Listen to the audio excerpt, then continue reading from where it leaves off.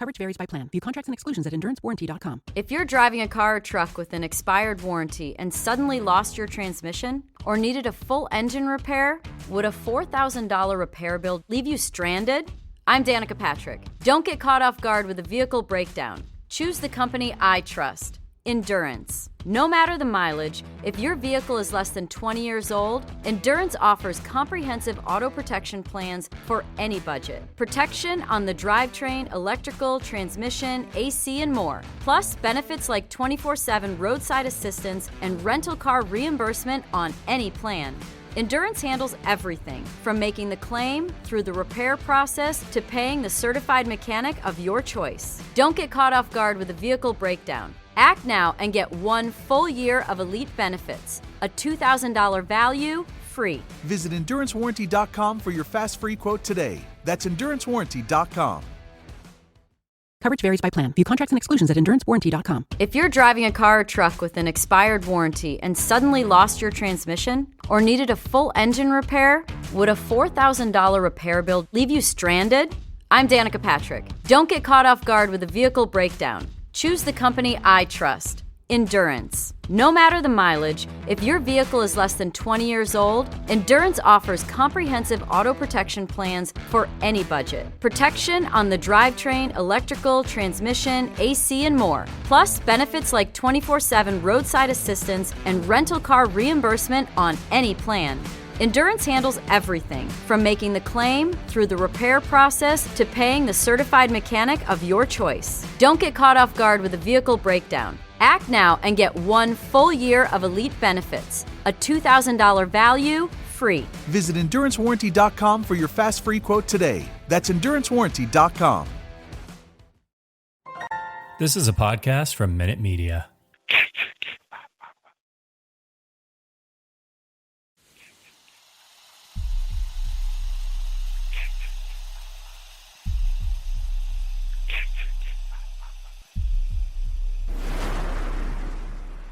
Warning, the following content may contain elements that are not suitable for some audiences. Viewer discretion is advised. Hello, kiddies. This is yours duly, John Kassir, the voice of The Crypt Keeper. And you're listening to Slasher Radio.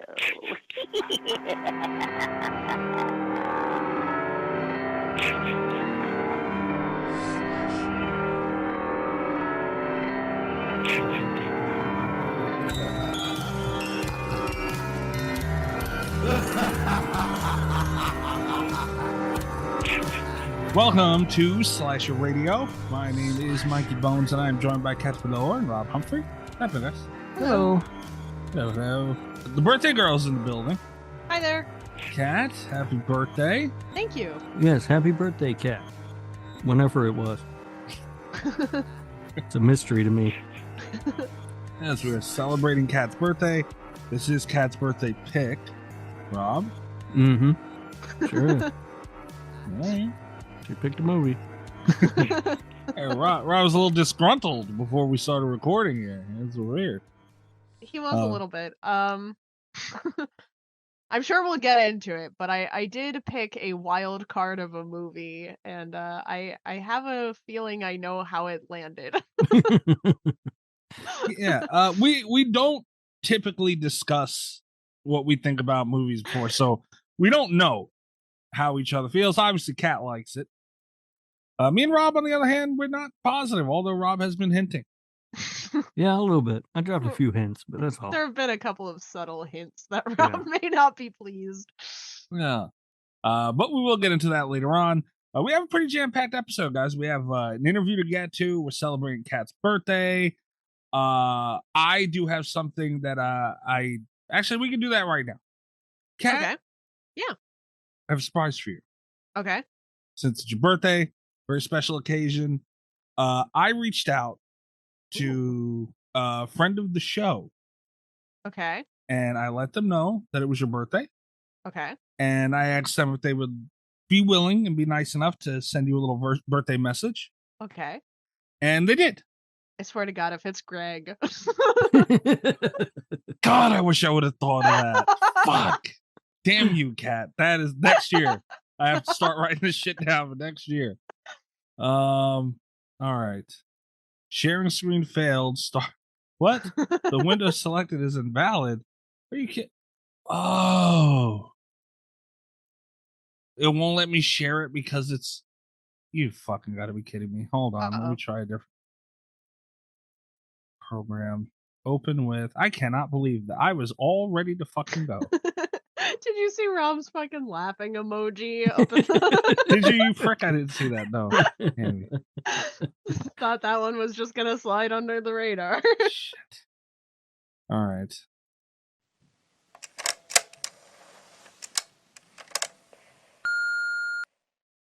Hey, Cat, it's Dee Wallace. How are you, baby cakes? So, Mikey let me know that it was your birthday. So here's a little SAG entertainment for you. Happy birthday to you. Happy birthday to you. Happy birthday, beautiful, amazing, sexy cat. Happy birthday to you. Oh my God. Have a glorious day. Celebrate yourself. Know how special you are. Know how much you're loved by all of us. And gosh, I wish I was there to celebrate with you. Maybe some other time in another year. We'll have to plan that. Happy birthday, baby. That is so sweet. Oh my goodness. Thank you. And thank you to Dee Wallace. Amazing. Are we having her on my birthday next year? Maybe. That's from me too, Kat. Thank you, Rob. Yeah, that was very nice of Dee to do that for us. Thank you very much, Dee. And yeah, happy birthday, Kat. Thank you. Yeah, no, Rob, you didn't even show up for the interview with her. Can I get that audio clip? That's gonna be my Yeah, new I'm gonna send that to ringtone. you. Also, I feel like I wasn't told about the interview with her. I feel like promise you you were. I promise that you were. Did I remember that it was happening? no. Probably not. No, I think you were at work. Yeah, that sounds right. Or sleeping. One of the two. We don't know. No, if I'm sleeping, I usually show up about halfway in. That's true. Just to ask the important questions that I know you guys aren't going to cover. Mm. I was gonna horror court you, Rob, but I'm not going to because it's my birthday. What? Also, because it's belated. All right. I mean, I kind of feel like Rob should be shamed. Is there like something that's less than a horror court? Is there like a horror violation ticket? I'm going to use the same drop. But sure. I don't quite know any violation ticket sounds. Here's the thing: is that this Horror Life records. Rob, we had a very special guest on, and Rob sends out a thing in the chat that's like, "Nobody fall asleep." Oh yeah, got a special guest coming the day after the David Howard Thornton incident. I want to make sure you guys were going to be awake. Coming from you. Yeah. Coming from you. Somebody's got to take charge. He thought Ghost and I were going to fall asleep. Yeah. I never know what the hell you two are going to do. Like, I'm actually kind of surprised he didn't fall asleep. Like, it just sounds like tell people not to fall asleep, then fall asleep. Even though that's what you did anyway. I thought that was part of his plan, honestly. Why do you fall asleep the way you do? I don't know, man. I just fall asleep sometimes. And we'll talk a little bit about falling asleep later, too. Oh, wow. Okay. Uh-oh. Okay. This is probably going to be fucking difficult as well. I'm going to get my laughing emoji ready. You're not going to be laughing for long. We know what the voicemail is. Yeah, we have... what did we call it? We called this... Can we have a name for this segment? We used to have a name for this one. Well, it wasn't just hot takes, was it? I don't know. Greg's Hot Take Corner, maybe? Something like that. We shouldn't name things that have to do with Greg. They're not very pleasant. But we do have a segment. It was monthly. I don't know. Every so often, we get a message from Greg, camp counselor Greg, at Darth Gregor on TikTok, which should be a horror court in itself. Why? I was on his TikTok earlier today. It was fun. He was talking bad about Terrifier 2. Yeah, it was a good time. He will just honestly, man, we'll get to Greg's message in a minute. But Greg did on TikTok again at Darth Gregor. He did a watch along, I guess, live where you can watch him watch Terrifier 2. I wish I could have made that. I couldn't. He did that. Was that Halloween night? I believe so. Yeah, and I was watching a movie with my kid and doing stuff, and I had to go to bed early. But yeah, I wish I could have been there for that. That would have been just golden. Rob, everybody listening to, Greg was such a miserable fuck. Like, honestly, I even said to him, I'm like, I cannot believe how miserable of a son of a bitch you are. He looks so miserable. Has anybody watched it on Screambox? No. I want to know if it's cut. Watch it. No, I need one of you guys to watch Dang it. You said you were going to rewatch it.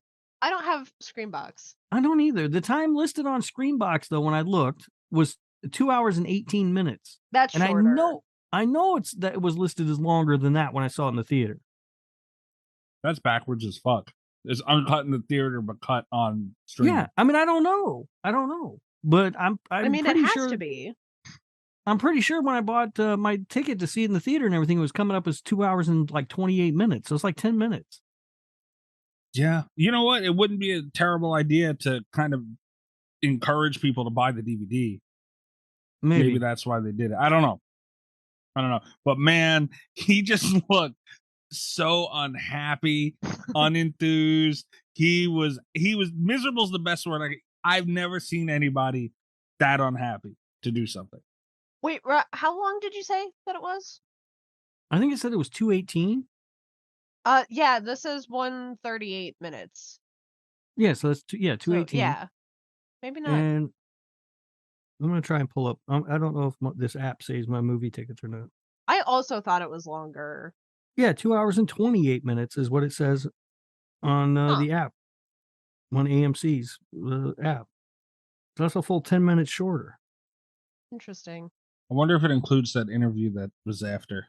Oh, yeah, that Boo Crew bullshit. Oh. Was that, I wonder if 10 minutes? Probably. Ask Ghost, because I think she has Screambox. Screambox still has me blocked, so I will not get Screambox on principle. But I thought you loved Terrifier 2, Mikey. I do love Terrifier 2. I'm waiting for that DVD to come in. I watch it whenever I want. Uncut. What if you get the DVD and it's 90 minutes?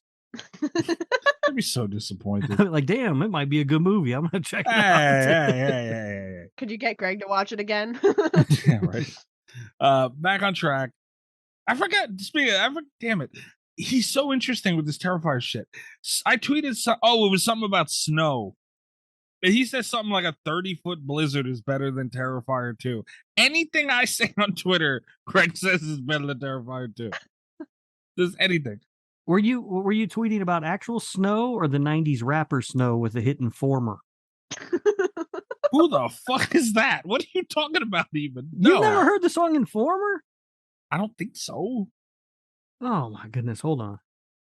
Oh God. I'm too drunk for this conversation, maybe. 1993, Snow, Informer. You don't know that song? No. It's a huge hit, man. Oh, I'm sending it. Oh boy. That was a little bit before my time. Shut up, Cat. We all know you're a child. Yeah, shut up, Cat. I'm offended by that one too. Happy birthday. Shut up. You don't remember this song? Sick and tired of 5-0 running up on the block, you know what I'm saying? Yo, Snow, they came around looking for you the other day. Word, bust it. Informer, you know, say that I'm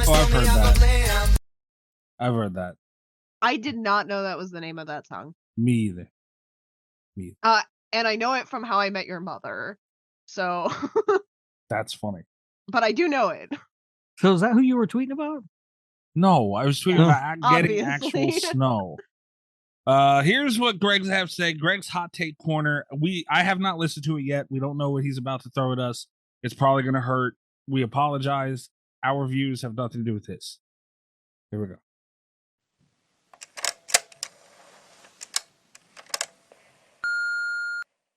Hello, Michael. Hello, Robert. Hello, Kat. It is I, Greg, back with another series of horror movie hot takes. God damn it. This is a list of garbage horror movies that are better and or I would rather watch than Trasher Fire 2. See? He's doing it again. Leprechaun Origins. Wow. The Curse of Michael Myers. Halloween Resurrection. Oh. Friday the 13th, Part 5, A New Beginning. Friday the 13th, Part 8, Jason Takes Manhattan. Jason Goes to Hell. Seed of Chucky. Wes Craven's New Nightmare. On Nightmare on Elm Street 2, Freddy's Revenge. Kiss Meets Phantom of the Park. Oh, bullshit. Eraserhead, Hereditary, Midsommar, Get Out, It Follows, and The Blair Witch Project. Thank you. Spicy takes. Bye. Okay. Well, first of all, clearly everyone wants to watch Kiss Meets the Phantom of the Park more than Terrifier 2. There's a that's lot just to a given. unpack there. I love that some of them were garbage movies, and I love that some of them were not. I like that Hereditary was on the list of garbage films, but in a weird way, I also kind of liked just that there was that there were some good ones on there too, because it was very funny to see Nightmare on Elm Street 2 get lumped in with Jason Goes to Hell and The Curse of Michael Myers. Or It Follows.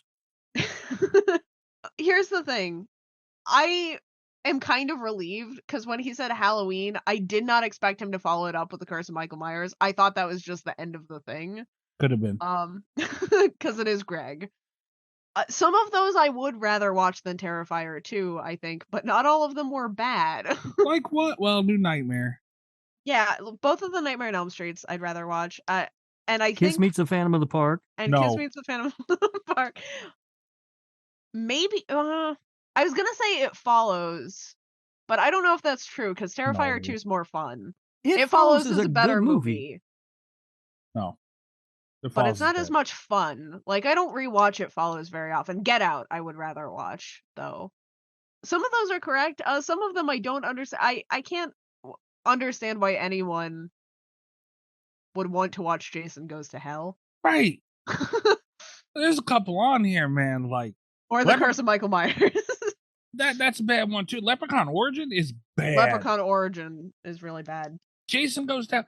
Like, honestly, Greg, stop it, man. Stop. Like, there's no fucking way, no way that you would rather watch Jason Goes to Hell than Terrifier 2. I don't understand. That's another thing he said during one of his TikToks. He literally came out and said that Terrifier 2 is boring. You don't have to. It's not boring. It can't be boring. Whether you like it or not, Rob, is that movie boring? No, it's not boring. I wouldn't call it boring. Right. This is not good. I don't see how he could be bored watching Terrifier 2. Yeah. Let's not glaze over the fact that he calls it Trashifier. Yeah, I don't like that very much. He did call it Trashifier. And Resurrection is a good movie. No, it's not.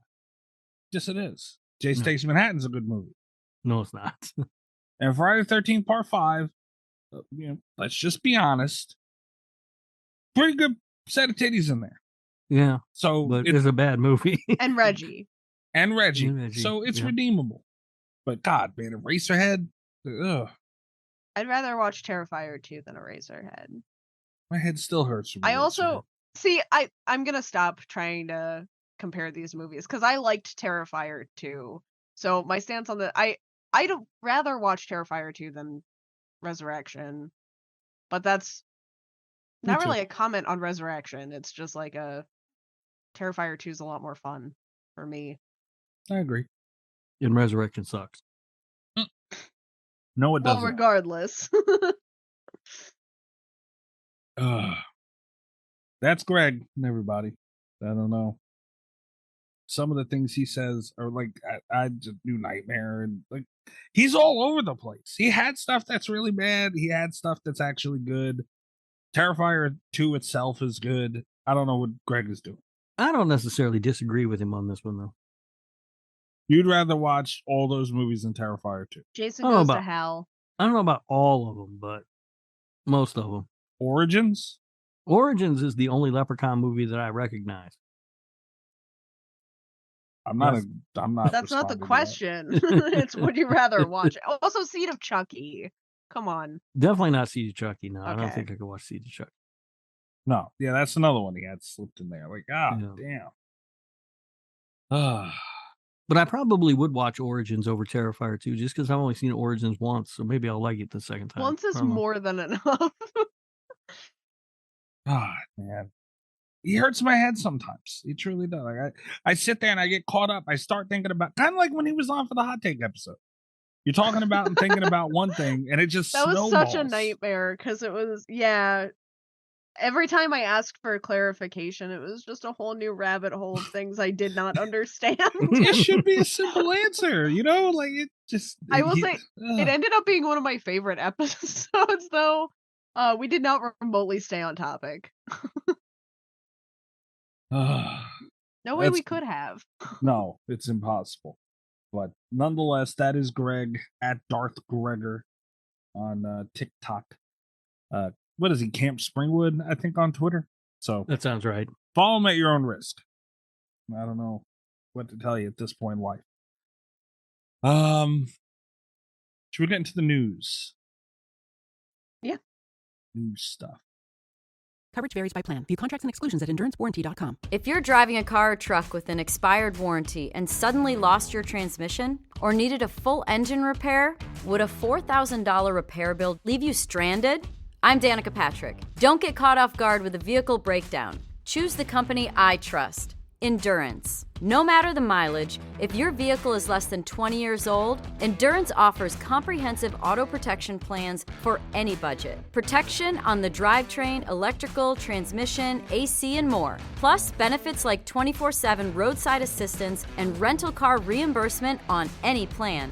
Endurance handles everything, from making the claim, through the repair process, to paying the certified mechanic of your choice. Don't get caught off guard with a vehicle breakdown. Act now and get 1 full year of elite benefits. A $2,000 value, free. Visit EnduranceWarranty.com for your fast free quote today. That's EnduranceWarranty.com. Coverage varies by plan. View contracts and exclusions at endurancewarranty.com. If you're driving a car or truck with an expired warranty and suddenly lost your transmission or needed a full engine repair, would a $4,000 repair bill leave you stranded? I'm Danica Patrick. Don't get caught off guard with a vehicle breakdown. Choose the company I trust. Endurance. No matter the mileage, if your vehicle is less than 20 years old, Endurance offers comprehensive auto protection plans for any budget. Protection on the drivetrain, electrical, transmission, AC, and more. Plus, benefits like 24/7 roadside assistance and rental car reimbursement on any plan.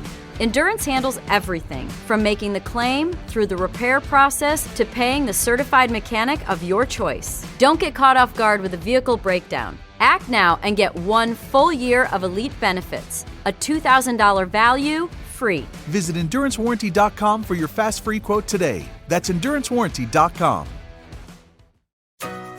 Stop by Sherwin-Williams and get 30% off select paints and stains June 13th through the 23rd. It's the perfect time to transform your space with color. Refresh your home inside and out with colors that make every space feel brand new. From cozy interiors to stunning exteriors, we've got the perfect shade for your next project. Shop the sale online or visit your neighborhood Sherwin-Williams store. Click the banner to learn more. Retail sales only. Some exclusions apply. See store for details.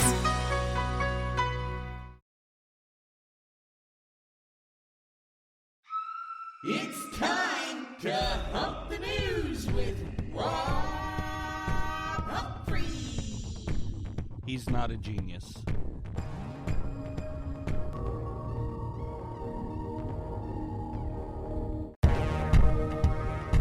This upsets me very much. They're making Peter Pan Neverland Nightmare. And this is apparently from the people who are making that stupid Winnie the Pooh horror movie. Yes. They're going to keep making these. Good. Blood and Honey. We're not getting into that. Blood and Honey looks amazing. We're not getting into that. It might be movie of the year. I don't know. When's that thing coming out again? Do you know? I think December. It's hitting in theaters, isn't it? I don't think so. No, I thought I can't imagine theaters going to show Winnie the Pooh, Blood and Honey. They should Terrifier too. Yeah, that's true. I've seen something about it. Maybe it's going to be on a prominent streaming service then. I don't know. But again, we're not talking about it. This thing. I love Peter Pan so much, man.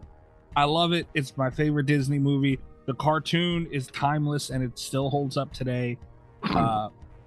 What? You're grown, man. Come on. I'm talking good about Peter Pan, man. I love Peter Pan. Hook with Robin Williams. Don't talk bad about that movie, man. Never seen it. Amazing. Watch it. No, I'm not going to watch that. A grown man. You know it's going to be his response. Yeah, I'm a grown man. I'm not going to watch Peter Pan. It's got Robin Williams. That's not always a good thing. Flubber got Robin Williams, too. What's wrong with Flubber? And RV. All right. I don't like this. Peter Pan should be left alone. What do you guys think? No, I love it. Do you actually love it, or do you just like it because I don't like it? No, I love it. I think it's great. It's fun. What's wrong with it? I'm sorry, Mikey, because I listen. My favorite Disney thing is Alice in Wonderland, and I had to suffer through the Tim Burton version. So I understand how you feel. I understand the concern. I get it. That being said, I think once something hits the public domain, I love the gut reaction to immediately turn it into a horror film. Like, that's just correct. So I'm kind of excited about it. I'm glad it happened with Winnie the Pooh. If they want to continue with Peter Pan, I'm okay with it. God damn. All right. Well. If someone that's not Tim Burton would like to take another crack at Alice in Wonderland also, I'm on board. I'll tell you what, Alice in Wonderland, see, that's different. It's got horror written all over it. You know, like, some of the aspects, if you change the music, it's a horror. Oh, yeah. Yeah. So is Winnie the Pooh. What? No. Like an Eeyore with a pink bow tied to his tail and everything? No. They don't have Eeyore in the movie. He's dead. Oh. Wow. Good job there, buddy. Wow. Didn't you watch the trailer? Imagine, like, somebody listens to this show with their kids in the car. You just That's on them. Yeah, that's on you, not me. Yeah, he hasn't even said free yet. No. Speaking of these kind of movies, though, I saw the trailer for Violent Night. Yeah. And I'm kind of disappointed because I don't think it's a horror movie. I don't think it is. It looks like Die an Hard. action film. Yeah. It looks like Die Hard with Santa, which I'm here for. But I was really hoping it was going to be a horror movie. They were like, people have finally stopped debating about whether or not Die Hard is a Christmas movie, so we're just going to make Die Hard the Christmas movie. Right. Yeah, it just looks like an action film, which I'm still going to watch because Santa whooping people's asses is going to be amazing, but yeah. I really was hoping for a horror movie. Yeah, the title's a bit misleading. Yeah. And also the fact that they showed the trailer at Halloween Ends was a bit misleading. Yeah, and horror sites have been covering it. Like, I've seen horror sites with news about it, and so I was like, oh, it's a horror movie. And then when I finally saw the full trailer, I was like, oh, this is just Die Hard with Santa. Do you think they also maybe thought it was a horror movie, but then they saw the trailer and were too embarrassed to admit that it's just an action movie, and they're like, well, I wonder keep covering it. I wonder if that's the case, or if it's because it stars David Harbour. Oh, yeah, maybe that would help too. All right, Rob's favorite part. I sent you guys something. Gun Media, Gun Interactive, I think they changed their name to. They released, I don't know if these are like for sale, but if anybody follows their Twitter, they've been tweeting out periodically. I don't know how long in between. They have like these 70s style trading cards for each character in the game, both Killer and Survivor. And the last one they put out this last weekend, it's obviously Leatherface. These are fucking awesome, man. I have a question for you, Mikey, because you follow Gun Media. Yes. You might be more in tune to what's going on. There was there were like a whole bunch of people thirsting after a Texas Chainsaw Massacre character on my timeline this week. Oh, no. Do you have any context into that? What was that? You sure that wasn't Dead by Daylight? I feel like it was Texas Chainsaw Massacre because the art style looks the same as this, but I honestly don't know. It might have been Dead by Daylight. People getting horny for Leatherface? That's what it seemed like to me. People are getting horny for Damien Maffei is what's going on. Well, that makes sense. That makes sense. That checks out, yeah. Yes, both in reality and Johnny. I was actually talking to Damien the other day. Damien is cool as fuck. Yeah, Johnny. If you scroll down a little bit, Kat, that's the one everyone's been calling Daddy. Yes. Yeah. Okay, yeah. Yeah, I've seen it. Yeah, I've seen it. I love looking through the comments of gun stuff, because it's either, praise for the Texas Chainsaw stuff because it looks good, or people saying, I hate you for abandoning Friday the 13th. It's like, wow. But yeah, that, and also Dead by Daylight, I guess we can mention it. They have a new killer coming out. It looks fucking stupid. But they have a survivor that goes with it that everybody's calling a DILF. And I mean, yeah, I'd probably bang them too. Both of them very attractive men. So, all right. Yeah. Don't make it weird, Mikey. Well, that's what people are saying. They're not, and I'm saying they're not wrong. That's all. But no, I mean, I love that gun does stuff like this. Yeah, the little extras help. They go a long way. What do you think, Rob? They're cool looking trading cards. I'm still gonna play the game, but you're not even gonna get it. No. Why would I get it if I'm not gonna play it? Like you did with Friday. I know. And Dead by Daylight. See? Huh. Just get it. Round out the collection. You could be like me and you buy a T-shirt for a skin on a video game. And then ignore it and be pissed that it didn't come in. I still haven't downloaded that skin. It's sitting right in front of me, the card. Still haven't done it. Hocus Pocus 3. Maybe? There's a producer is apparently teasing potential spin-off projects. What do you guys think? I didn't watch the second one, but good for them, I guess. Me either. Yeah, I haven't seen the first or second. And so I'm guessing I won't watch the third. But, like, to me, they seem like good gateway horror movies, and that's fine. They were really bad gateway horror for me. I think they delayed my experience because I got so mad at them that's bad. As a kid that I was like, never again. And then, I was like watching Cube, and that was I came back around. But Cube is really the child's horror movie. Yeah, I guess what I'm saying is let your kids watch Cube, guys. Yeah. Hocus Pocus is overrated. The cat died. That is sad. I liked Hocus Pocus, man. My sister loved it. And, I mean, yeah, it's cool that I haven't seen the second one yet either. So, shame on me, but I'll sit with it eventually.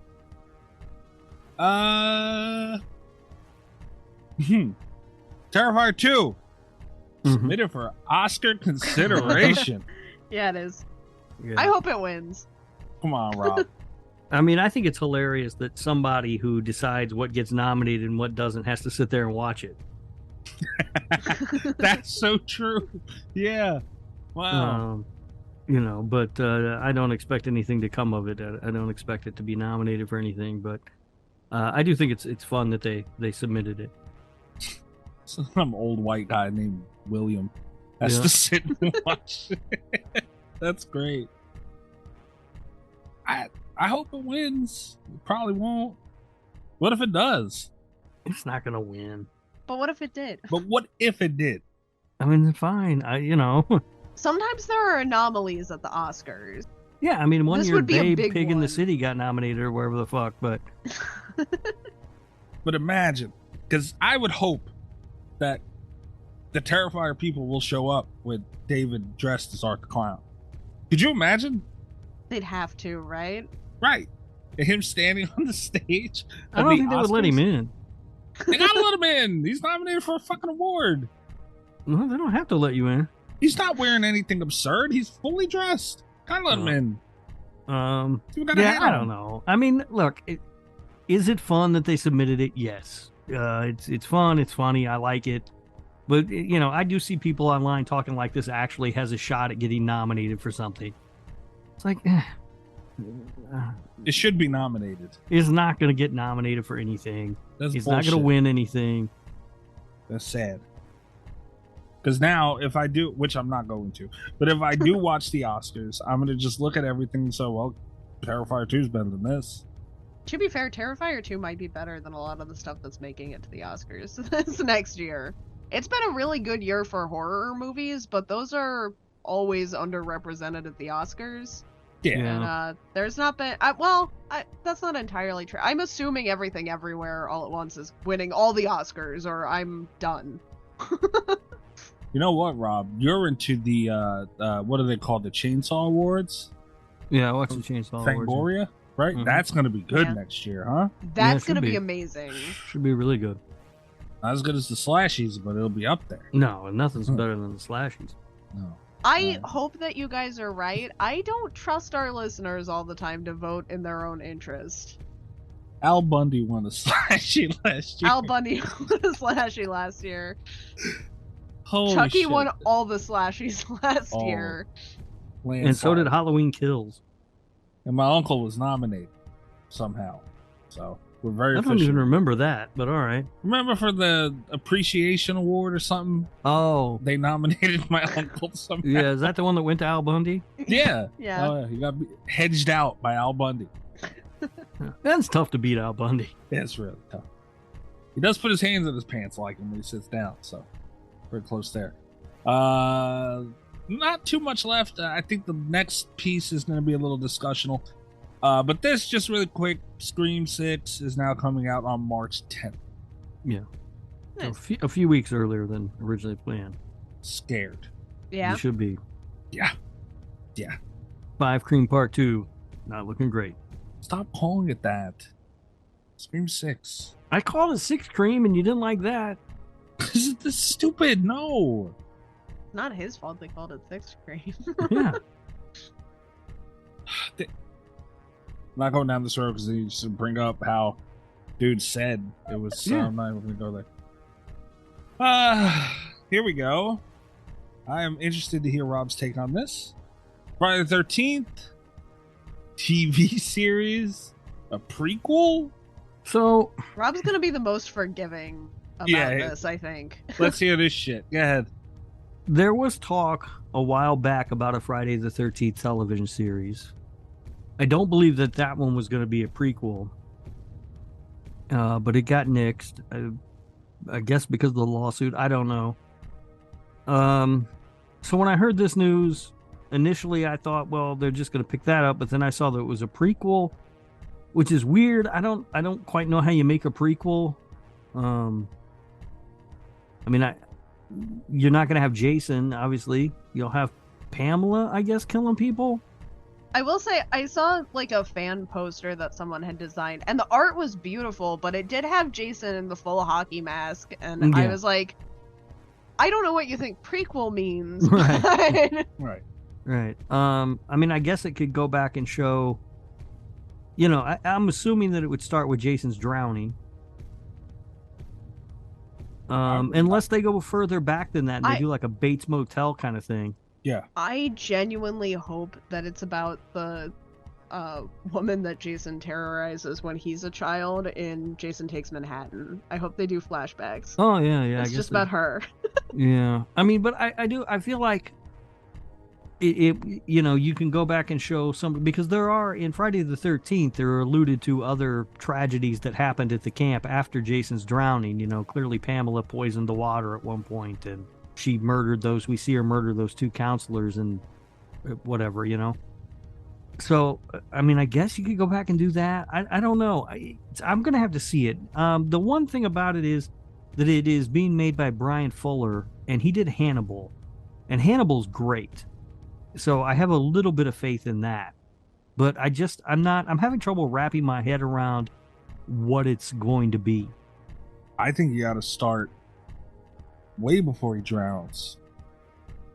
I would think. Yeah, I don't know. I don't know. I don't know how the right stuff work here. I might reach out to Larry Zerner, actually. Maybe kind of see if we can talk to him, get his take on this. Because it's interesting. Like, we don't have a movie yet. Even though there's rumors of one on Cameo. Fucking Sean Cunningham. Yeah, I don't know, man. Like, how are they going to have... I don't know why we can't have a movie, but we can have a TV show. I feel like this is super lazy. Although it's interesting, I think the timing of it is bad because we've been waiting how fucking long for a Friday the 13th movie. It's been caught up in this lawsuit. This shouldn't be the first thing we get. Yeah. It's a letdown since it's the first thing we get. Like, what are we doing here? I did see that Victor Miller was listed as a producer. Really? Mm-hmm.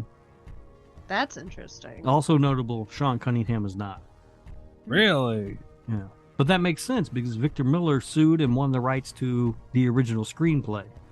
So doing a prequel makes a lot more sense than.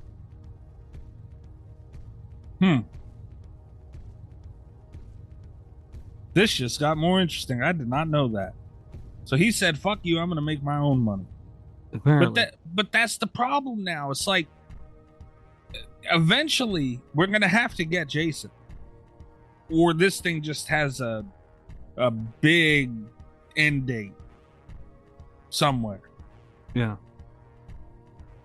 But either way, it's like people they're just taking off the name of it. This is going to have nothing to do with Jason, really. Yeah, we'll see. I don't know. This is not what people want. Your favorite franchise sucks, man. No, I mean, look, I'd rather have another movie, but I'll take this. At this point, I'll fucking take this, But this is nothing. This is not going to come close to the itch that you want scratched. No, but it's something because it's the first thing we've gotten in 13 fucking years. Without Jason. Yeah, but, if they tell an interesting story, then it's fine. Because learning about Pamela is kind of interesting. There's nothing left for me to learn about Jason. That's fair. What if we're talking about, or I was mentioning the end dates. What if their answer, like, say this is a big hit, they tell an interesting story, it takes off, renewal. They're going to have to give an adult Jason eventually, and it's not going to be able to have the hockey mask.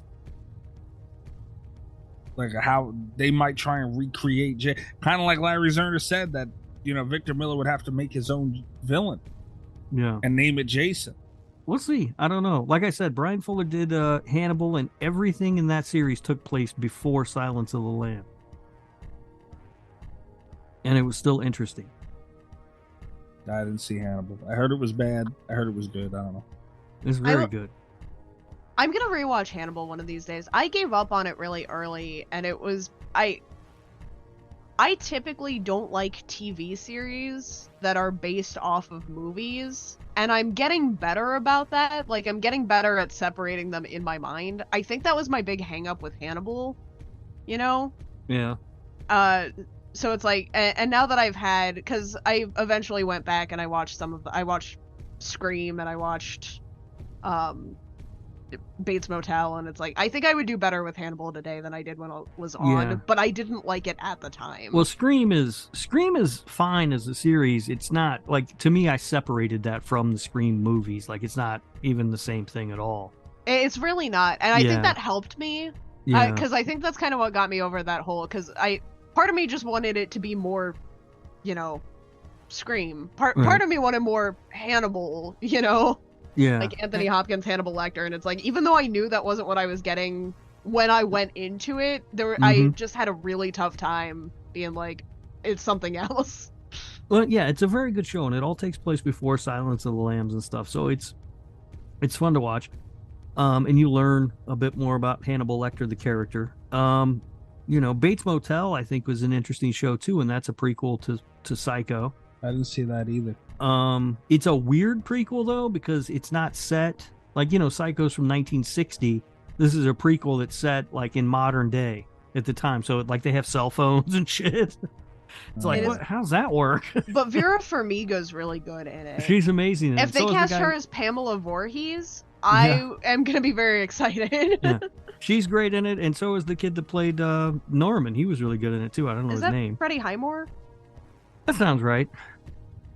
Let's just say it is. All right. Yeah. So I don't know. We'll see. Like, because I really thought that that Bates Motel and Hannibal were gonna suck too. Yeah, I mean, like, it is potential. Pamela's a very interesting character. It would be kind of cool to see more of her. Yeah, sure, but. Ugh. And yes, it is Freddie Highmore. Yay. Yeah, and who knows? Maybe we'll finally get to see the mysterious Elias Voorhees. Oh, do we want that? Yeah. I don't know. Depends on what they do with him, right? All right. I mean, he's shown up in comic books, but never in a movie. We will see. That's all we can do. We will see. That's all I have for the news. So we'll take a quick little break. Wait. We'll what are you doing? We got 2 segments left.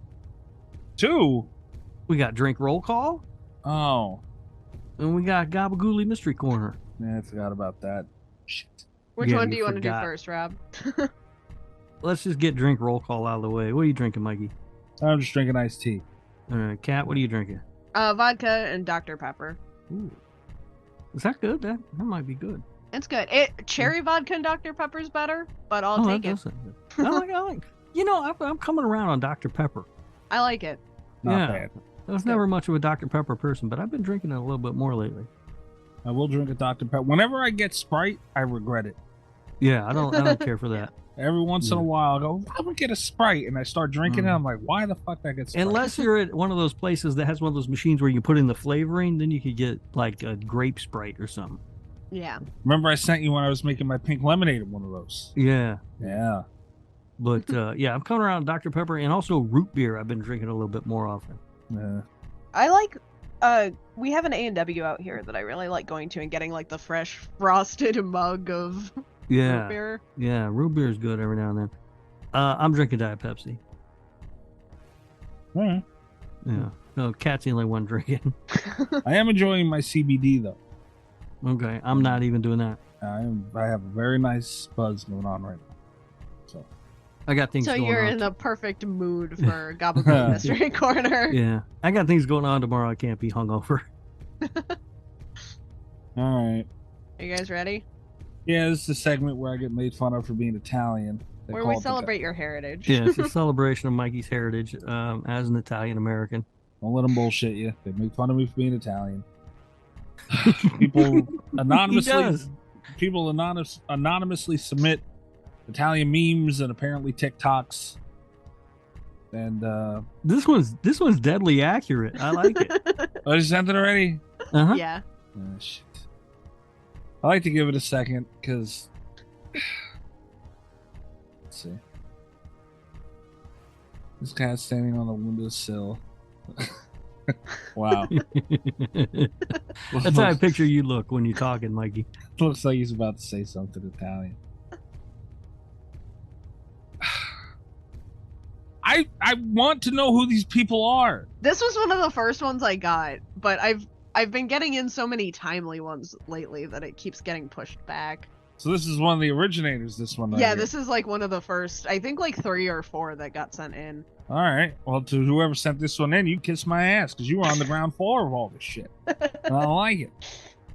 Yeah. It was kind of funny. The cat standing there giving the old capiche.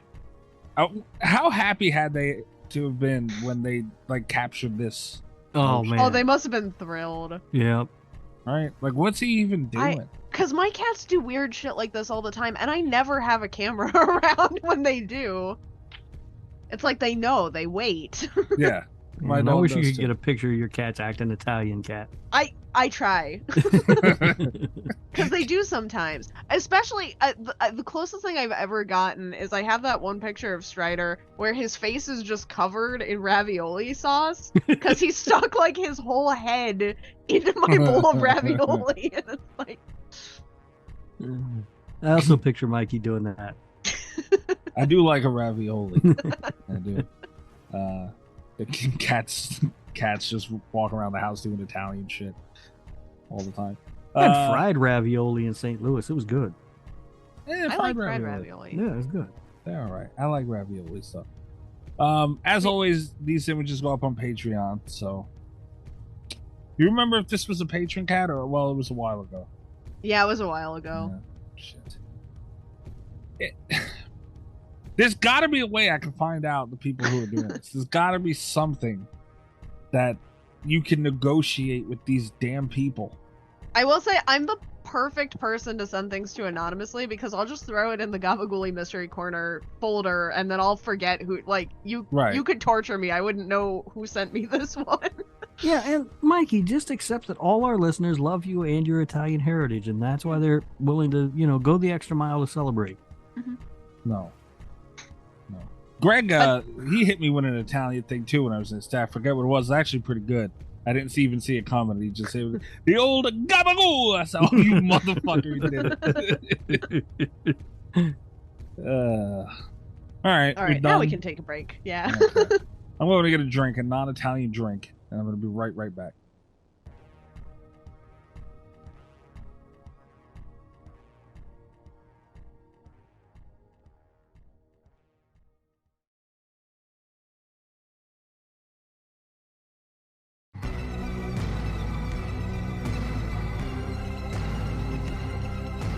Kat?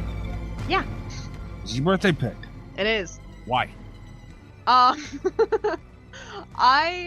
think we'll get into it. There are some things that I really like about this movie. It was just one of those that I thought about for so long after I had seen it. And I think sometimes those are like the very unique horror movies are sometimes the most fun to talk about. So this is the one that I went with. Because I do think it is very unique. Okay. It is unique. Rob, would you like to share, or do you want me to go first? This movie's boring as shit. What? I'm not lying. Boring. I fell asleep twice during this motherfucker. Woke up and had to back it up to where I was when I fell asleep. That is not the complaint I thought you were going to have. There are a lot of complaints I could see someone having, but this movie's so fucking tense. No, it wasn't tense at all. I was bored out of my fucking mind. Oh my god, okay. So this is a true story about my household. I saw Funny Games for the first time. I was in high school, and I really liked it. And mom had just my mother had just seen The Strangers for the first time, and she had really liked it. And I was like, if you're looking for another tense movie, I'll watch Funny Games with you. And she left. Like, she had to take a break partway through because she was so freaked out. Like, she was jumping and no. And even I'm gonna today, get up and do something before I fall asleep. Even today, when I asked, she asked what we were doing for the podcast, and I told her we were watching Funny Games, and she was like, "Oh no!" And she got spooked. It's a very tense movie. I don't know what you're talking about. That's all I can tell you. Really? Yeah. Wow. That is just not the complaint I thought you were gonna. I was bored out of my mind. Wow. Huh. Kat, I like this movie. Yeah? Yeah. I thought it was cool, man. Did you think it was tense? Did you feel like I was so stressed? I don't understand what's going on with Rob. This is one of those movies, because even on the rewatch, this is, I think, not counting the American one, I think this is like my 4th time seeing this. I was still very tense. Yeah, but it makes sense because Mikey is the most boring person I know. Stop that. I like Terrifier too, damn it. What do you mean? Come on now. I'm fun. Man, there were moments where I could tell they were going for tenseness, and I think it was a bit of a miss. But there were a handful of spots where absolutely they hit it. The thing that really, really pissed me off throughout this movie, and goddamn did it aggravate the fuck out of me. How are you not gonna just whoop that little weasel's ass? Like, shit, he is the skinniest little motherfucker I've ever seen. And I don't care what the big one will do. I will grab hold of that little bastard and just not let go. I'll take him with me. That was one of my notes early in the movie, was that the husband's a dipshit. The husband is a dipshit. If I walk into a house, my house, a room, whatever, and my wife, girlfriend, significant other, whatever, says, throw these dudes out, I'm not fucking asking questions about goddamn eggs. I'm telling them to leave, and if they don't leave immediately, I'm throwing fucking punches. I will say that, so the husband, I think, is one of the most frustrating parts of the movie, but I do kind of like how that whole situation plays out, and I know Rob is going to love this comparison here. It does, that early conversation where she's like, throw them out, I'm uncomfortable, I don't want to talk about it, make them leave. It reminded me a lot of Mother, but like very condensed. Like, you didn't have to wait the full 90 minutes. Like, you got that whole feeling right there in the beginning, where it's like, there's someone in your home and your husband is not backing you up and it's uncomfortable. Like, they nailed that really well, but they got it out of the way early. It just pissed me off. I'm like, why is he just standing there talking about fucking eggs with these motherfuckers? And then once it gets to that line, all you do is smack them? Yeah. Are you kidding me? You would never would have gotten that far. They wouldn't have even got a chance to get near that golf club. I would have been swinging on them motherfuckers. Even the fat one I could take out, I'm sure. I That dude ain't got no cardio. I'll be goddamn if I'm going to let a skinny dude in white shorts come into my goddamn house and start running shit. And I'm sorry. And I promise I like this movie, but this just aggravated me throughout. Because even with a broken leg, you lunge off that couch the best you can and just grab hold of him. Like, you will snap his neck quickly. Look at him. And that was the other thing that I thought was really clever, because usually, I mean, there was a lot of stuff that I did really like intellectually, I guess, more than this, but it was one thing that I appreciate about the structure, because usually I feel like the fighting, the incapacitating of someone comes like later in the movie, but they did get the husband out of the way very quickly. They're like, look, he's a little baby, we're gonna hurt his leg and we're done with him, he's not a threat anymore. And it's like, well, it should have been more than just a golf club to the leg. Like, I'm sorry, you're not taken out like that, so I don't know. This is the husband's kind of a little baby. Which it's frustrating, but it's consistent, because he's the kind of person that has like a fully stocked vacation home and is clearly like a sucker for he's got that whole trust fund like over politeness thing going on, where his wife is freaking the fuck out and he's just like, we can mediate about the eggs. It's like, that seems exactly about. That seems exactly like the kind of dude that could be taken out by a single golf club to the knee. I don't know, man. That is the one of the skinniest little scrawny bastards I've ever seen in my life. And by the way, back it up a little bit. This movie starts, for anybody who hasn't seen it, this movie starts. Go watch it first and foremost. Yes. Don't. You're fine. It's a very white, wholesome family, and they have, this old music playing, and they're driving through. Oh my God, that classical music guessing game was the most I was like, these are the most boring fucking people on the planet. But then heavy metal screamo music hits. But my note is, when the movie started and they're driving through the car and it looks very sophisticated of a movie, I said, you know what? This feels like a cat movie. It seems like a cat movie. And then that music hit, the screamo music. And somehow still I was saying, yeah, this seems like a cat movie. This movie had the worst music I've ever heard in it.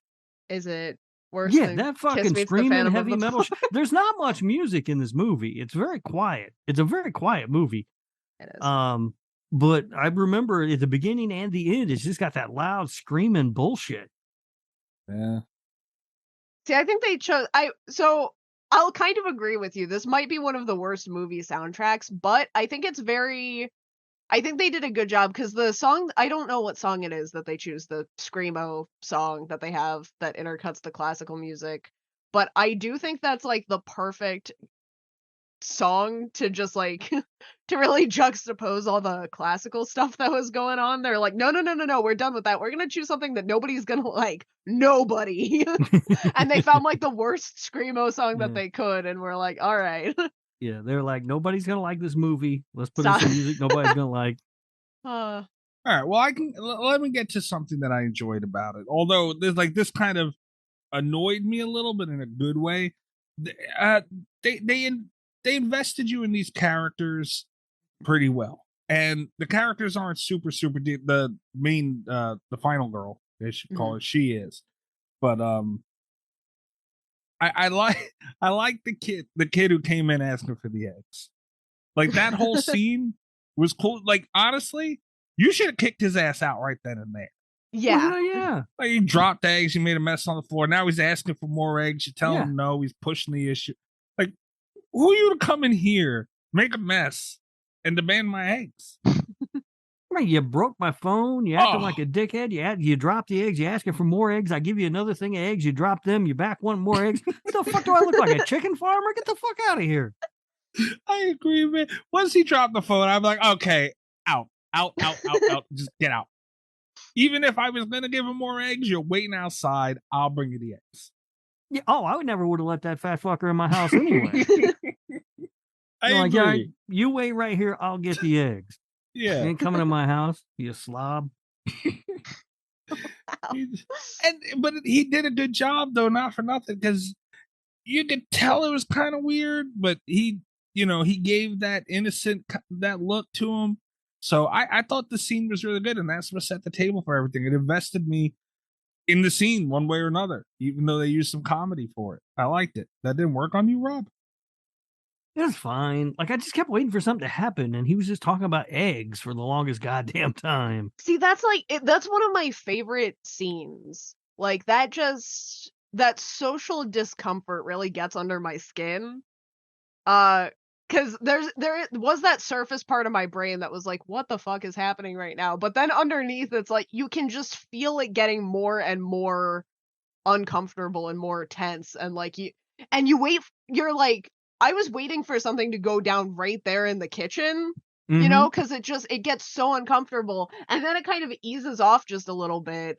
And then again, there's that scene with her and her husband where he's not doing anything. And you can just, because you've seen it from her perspective. So you've seen like all of the discomfort she's already had. You understand why she's at that point. You can kind of understand why the husband's confused, because all they're talking about is eggs. And then like it starts to kind of back off again, and then just right to the leg. Like, man. Yeah. I do. I really like the pacing of this movie. I like the way that it builds tension. That's one of my notes that I hate the pacing of this movie. And the other scene that I thought was like really very incredibly tense, is when they're doing, they've got the counting that's going on in the room, and they cut to the kitchen, and you don't get to see the kid die. Yeah. But you're like, that's like the one character that you're so sure is safe. Yeah. And you hear the gunshot go off, and they don't immediately cut back. Like, he finishes what he's doing, and it stays on him. Yeah, and then you come back, and the kid is dead. That they did that well, because you are kind of wondering what the fuck happened in the other room, and they're just not cutting to it to show you. Yeah. Like, they're taking their time. He's taking his time to make a sandwich and shit. And he's not rushing either. No. You know, like he's just, it's casual to him. Like, what the hell's going on? And who puts butter on a sandwich too, by the way? I know, fucking nasty. These people. My dad would do that. Really? Oh, for God's sake. Oh. Dad and I get into this fight we're probably going to get into it again because he's agreed to watch this with me, but he'll butter sandwiches and I don't understand. Oh, Mr. Cat's dad guy, stop. That's gross. But yeah, no, they did a really good job. But I think that the subtlety, they like small things that we did, and we'll get into the well, maybe we can get to that now, I guess. The scene right after that, with the mother just sitting there, that was great. And I think this is a movie, like, this is one of those things that would irritate me in a lot of movies that I think Funny Games does really well, because there is that grief of loss that they don't always hit on that in home invasion movies very well. Especially, and I mean, there already aren't a lot of movies that will put kids into danger like this and follow through with it. But I think being a parent and losing a child, because there's that part of you when you're watching a horror movie that you're like, you've got to get up, you've got to get untied, you've got to leave, go faster. But there's also just, they captured that deep loss where it's like, I don't know if I'd want to get up either, and you can see them both going through it. And I thought that was just very powerful. Yeah. And so well done. How'd you fall? But they even let the NASCAR, whatever the hell thing that was play. Like NASCAR. Whatever. It's some sort of fucking racing. This is an Austrian film. They ain't over there watching NASCAR. Well, that's the only thing I know that race cars. What are you, a hillbilly? They're hillbillies. They watch NASCAR. Those Austrian hillbillies. Regardless, I mean, it was all like, it just, life went on outside of her for that moment, kind of. Like she was just frozen. Like I thought my computer froze for a minute, and but I noticed the TV was rolling, and they just let life go on and left her in her little spot trying to soak in, and in that moment you're thinking about what could be going through her head, and then the first thing she does, she gets up, she turns off TV. It was really good, man. It was like that, seriously. And I felt it too. Like I was taking in the moment with her. I was like, damn, man, not overly gory, but enough. Like it looked like a real scene. Yeah. I don't think I watched the same movie you guys did. You didn't think that Rob they did a watched good the job, remake. I didn't watch the remake either. Because I thought I was going to watch both of them to prepare for the episode, but then after the first one, I was like, yeah, I'm probably good. Wow. You were trying to prepare, do the right thing, and be professional. No, fuck it. I'm good. Yeah, change my mind. I want to watch the remake, man. I'm looking forward to it. This has made me want to rewatch the remake too. I have heard people say that they like enjoy the remake just as much, if not more, but I'm gonna watch it. It was a really close call for me, and there was a part of my brain that really was, especially because foreign movies historically have not always gone over well when I picked them. There was a part of my brain that was like, it might do better if we watch the American one. And also, especially because the director had wanted this to be an American film, and they were like, absolutely not, this will not fly in America, fuck you. Get lost. So like he pretty much made the same film 10 years later, just in America, like after this one. I hope he got a more intimidating looking killer. Yeah. Not much. No, great. But yeah, I like with the spirit of the director and with it being in English, I really thought about choosing the remake, and then it was like but just on principle, like it feels so wrong to be like, I know you guys haven't seen the original, we're watching the remake, you know? Right. Like, I had a tough time with that. Although it's got Naomi Watts in it. I think she does a really good job. I like her. Yeah, that was hard to get over. That little son of a bitch, man. Oh God, I wanted him to eat shit so bad. And man,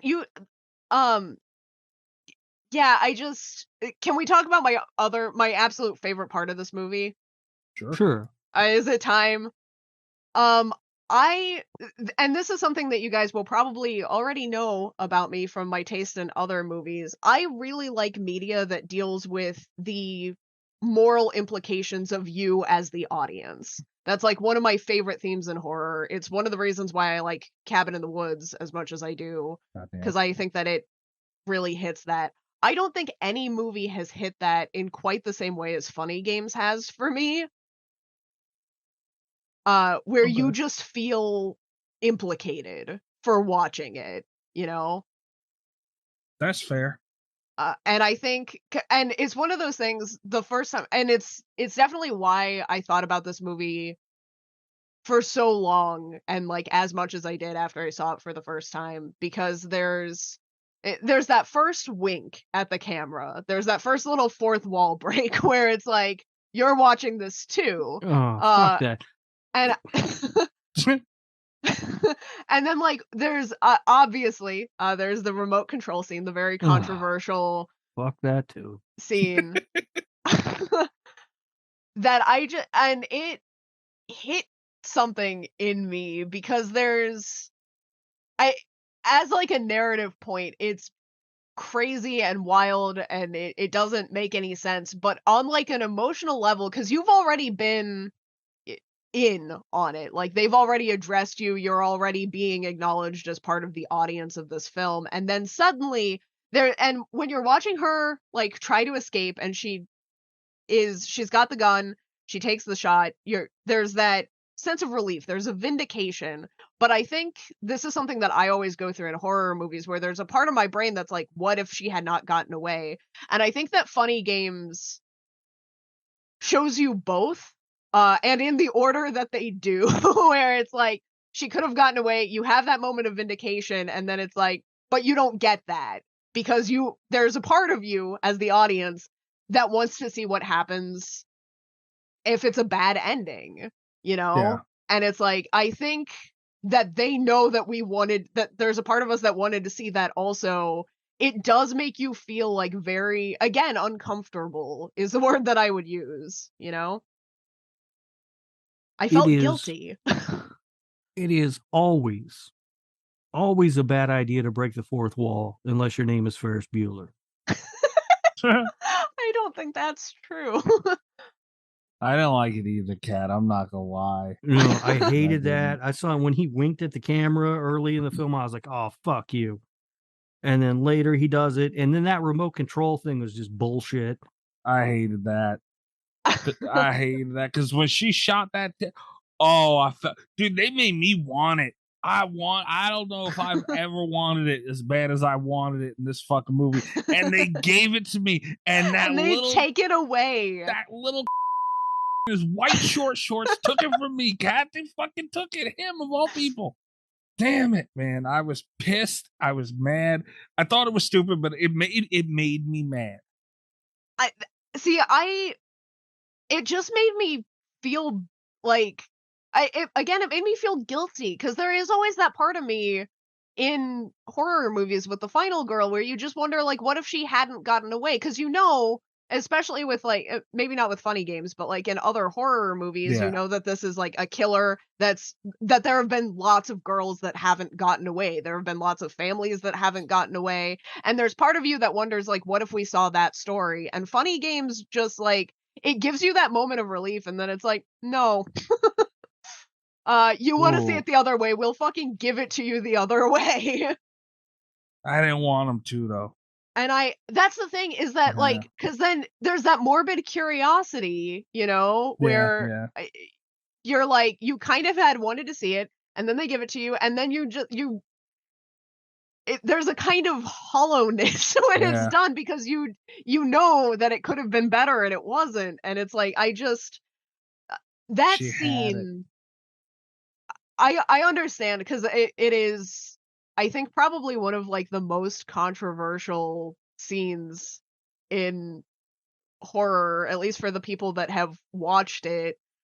But man, love it or hate it, I thought about it a lot, like, it resonated with me. Yeah. God damn, I was pissed. I was not invested enough to be pissed. Oh, I was mad. I don't know how you couldn't be. I don't get it. I mean, I see something like that, and I'm just like, oh, fuck this movie. This movie's dumb.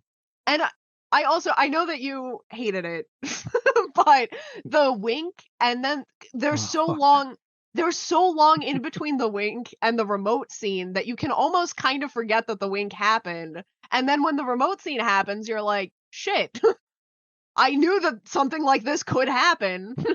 Yeah. I didn't like the winks. I'm not as far as Rob. We're thinking only Ferris Bueller could do Only it. Ferris Bueller. That's the only one. I think other movies have gotten away with it.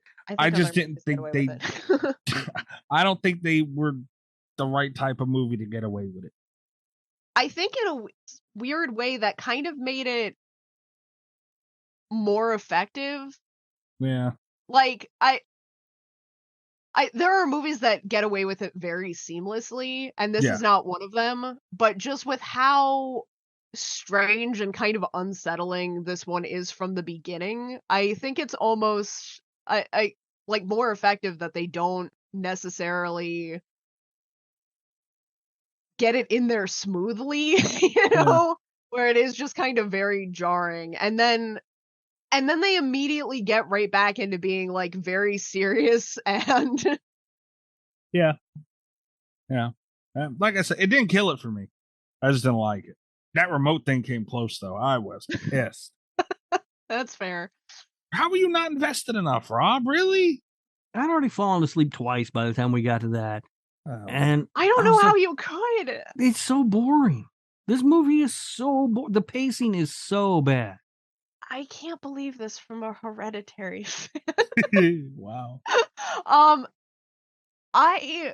So when you said that you started dropping hints that you had not liked funny games, I honestly thought that your complaint was going to be that you had, like Mikey, I thought you were going to be too invested and pissed at me for the remote scene. I'm mad about that, yeah. I mean, I don't like the remote scene. I thought it was stupid, but by that point, I'd already checked out of this movie.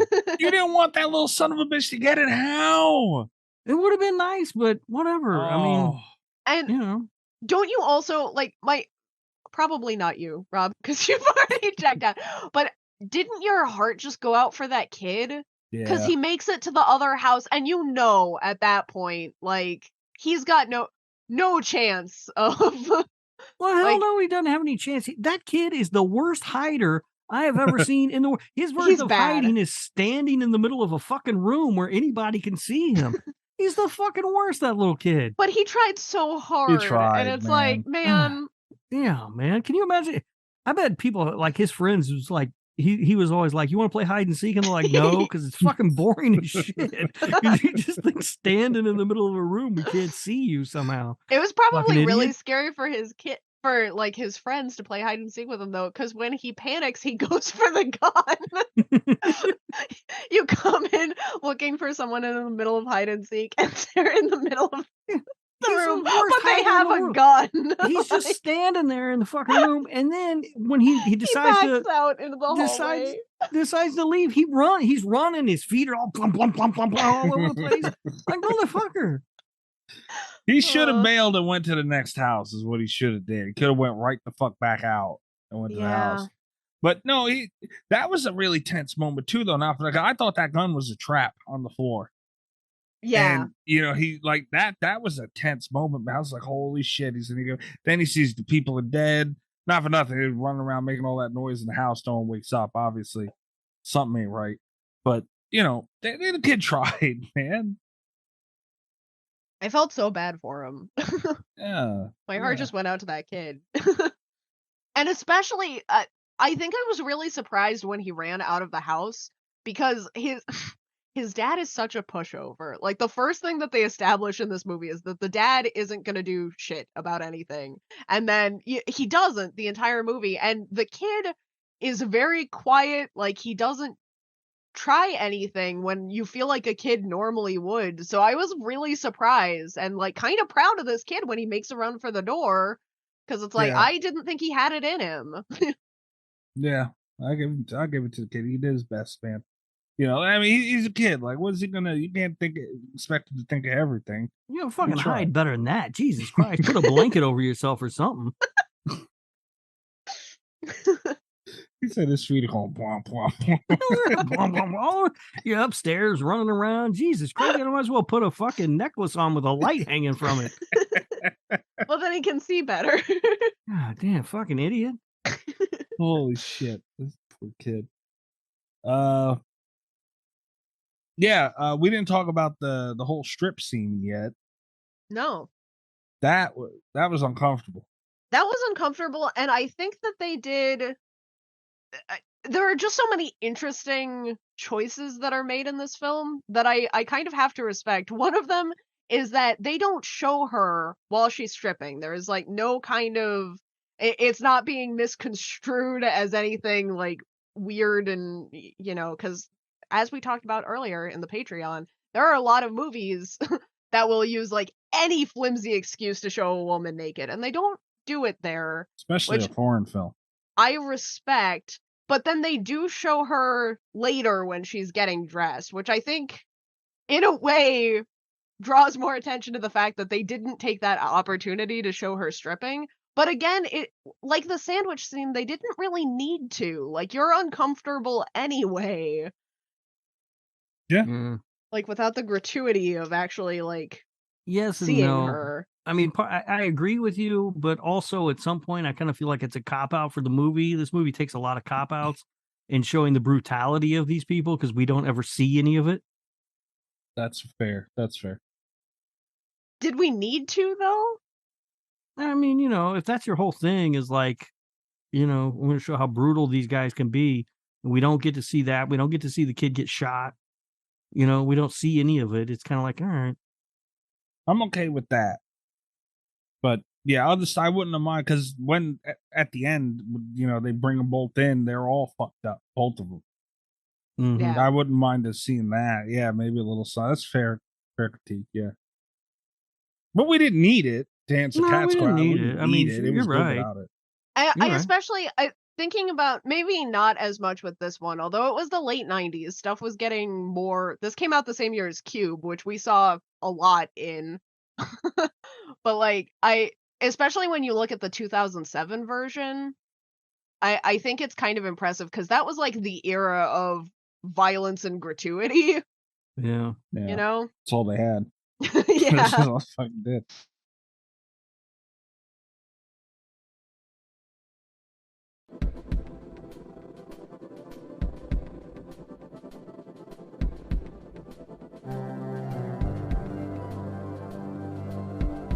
I thought the strip seemed like it was tense, it was crazy, and yeah, the kid is right there. Like, they put the pillow back over his head, but I mean that had its own little sadistic side of it too. And either way, like, he hears everything that's going on. You know, it's really, really uncomfortable scene. And you have the dad. Once the dad was like, I hated him at the beginning for not doing shit, but you know, I don't know. Don't get me started on that. It's like I don't understand how you could be that incapacitated where even like one last lunge for hope, you didn't even have that in you at all through all. Like, I don't know, that was a really, really uncomfortable scene, man. Like, you have to put yourself in so many different seats for something like that. You know, people that are doing it, like, you gotta like, damn, man, like, what kind of fucked up do you gotta be to do that? Then you got the kid who's sitting there, that's his mother and whatever. The father who, like, damn, his wife is like, he's gotta sit and deal with this shit. And then, you know, obviously the woman, first and foremost, like, there's so many different things, emotions for so many different people involved. And I don't know how you didn't invest in that, Rob, honestly. And I also, I think that the dad being as incapacitated as he is, I think it's easier for me on the rewatch or in the remake, because I think that they do a really good job in the scene directly after that, where he's like, once they're freed and she's trying to help him move around the house, we can really see how bad his leg hurts him. I think it's kind of to the movie's detriment that we don't get to see that before the scene where she's stripping. Because it's like, up until that point, like, we know he's in pain, but I don't think we really get to see how much pain until after that. I think that kind of informs a little bit, because I think that's the point where I would have, if not the beginning, if assuming that I don't just take a golf club to a guy to get him out of my fucking house, I think that would have been the scene where I snapped and did something dumb and got myself shot. But it's like, you know, if it's that or nothing, what do? You know? I'd rather get shot at that point, man. You might as well. You know, like, I'd rather go down, because it's going that way. He literally made a bet with you. He's going to kill you at 9 a.m. Like, I'm not going to wait around. Right. You know, fuck it. If it's going to happen, let's get it over with. I don't know, man. He had a couple of opportunities to do something. Like, when they got caught, when she was all tied up and he was trying to undo her hands, like, hand him the fucking golf club. When the dude comes in, he can crack him. That is at least a shot you got. Yeah. I don't know. That really is weird, man. Like, that little in the white shorts and the dad annoyed me so much, and I still like it the way I do. And that remote thing pissed me off. I don't know if you guys saw any of this going around on Twitter. There was a big thing this year where people were doing like really casual Halloween costumes that were like, they were all street clothes, but they were things that were iconic enough that you kind of knew who they were supposed to be anyway. Like, I saw a lot of Mia Wallace's. There were a lot of Tatum Riley's, because Tatum was always wearing outfits. Like, really, really vibrant outfits. But I saw the one that made me really happy is two people, and the caption, it was like, when you have to spend all night explaining your Halloween costume to people, but they both had golf clubs and they were wearing white gloves and those white short shorts. God damn it, man. You fucking nailed it. Where the fuck do you even get those white shorts these days? Those are the prissiest little shorts I've ever seen in my life, man. How dare he wear them? But I knew immediately that it was funny games, because it's like, and it, you know, there are some things that it's like, that for a while after the first time I saw this, where there was just like normal everyday stuff that did kind of make me uncomfortable after. White short shorts might make me uncomfortable anyway, because it's, what a choice. But like, Like, and he had the scrawniest chicken legs I've ever seen. Why would you show those off? What are you doing? Ugh. I wonder if they had to get someone like really, really scrawny because they couldn't get that they make a lot of fun of the one guy for being tubby, but he's like an average sized dude. I wonder. I don't know if that's like a cultural difference thing. I don't know if people are just really skinny in Austria, or if like they just had to hire the skinniest dude they could to stand next to him. I was thinking that too, Rob. Wouldn't it be nice if we could go somewhere where like that's considered like that's crazy, man? Yeah. Yeah, I figured you would like that. He kept calling him fatty and stuff. I mean, that's kind of funny, yeah. He just kept telling him the whole time. It was like a Scott Malkinson deal. Like he just kept telling him the whole time, like, stop calling me that. Yeah. I don't know, man. You fucked it up. You ruined it. This could have been the one that we This all could have been liked. the one that brought us together. I don't even know how you like this movie, Mikey. It's not a good movie. It's boring. It's not boring at all, dude. They build tension, man. That's a why. So I came in completely prepared for one or both of you to hate this film. Boring was never a word that I thought was going to be used today. Oh, I thought it was so boring. Oh. And then even the cars coming down the road towards the end where she's like, because you don't know if it's them and she don't know what to do. And like, damn, man. And they have that first car and she like lets it pass her up and you can see the instant regret, you know, and then she still has to build courage to go to the second car. And don't go to any of the cars. Keep hiding and go find somebody that can help you. That you know can help you. Yeah. You had to just suspend your disbelief on this one for a couple things. Like, how does no one hear? Like, did they kill everyone in every house? Like, no one heard her screaming in the middle of the street. Yeah. I don't know. Somebody screaming in the middle of the street. I'll just yell out the window, shut up. But if they yell back, call the cops, my child's dead, you might give them a little bit of attention. No, I would not be like, don't be bringing your fucking problems to my house. Watching rubber and wearing my Crocs, goddamn. And you know, another thing too that kind of like a house that big and that kind of money. That's another thing they showed. Like that was an old Range Rover. Like you knew right away they should did a good job of showing. Okay, these people they got money, and that big of a house and all that money. You got one fucking phone and no gun. Well, it was 97. I doesn't really explain the gun situation, but they should have. It's not America. That's true. That's true. But actually, thinking about it, the American one might make less sense. Houses are closer together, and we all have guns. Yeah, but I mean, you got a house that size, you should probably have an alarm on it and shit. Or two phones. How do you not have another phone?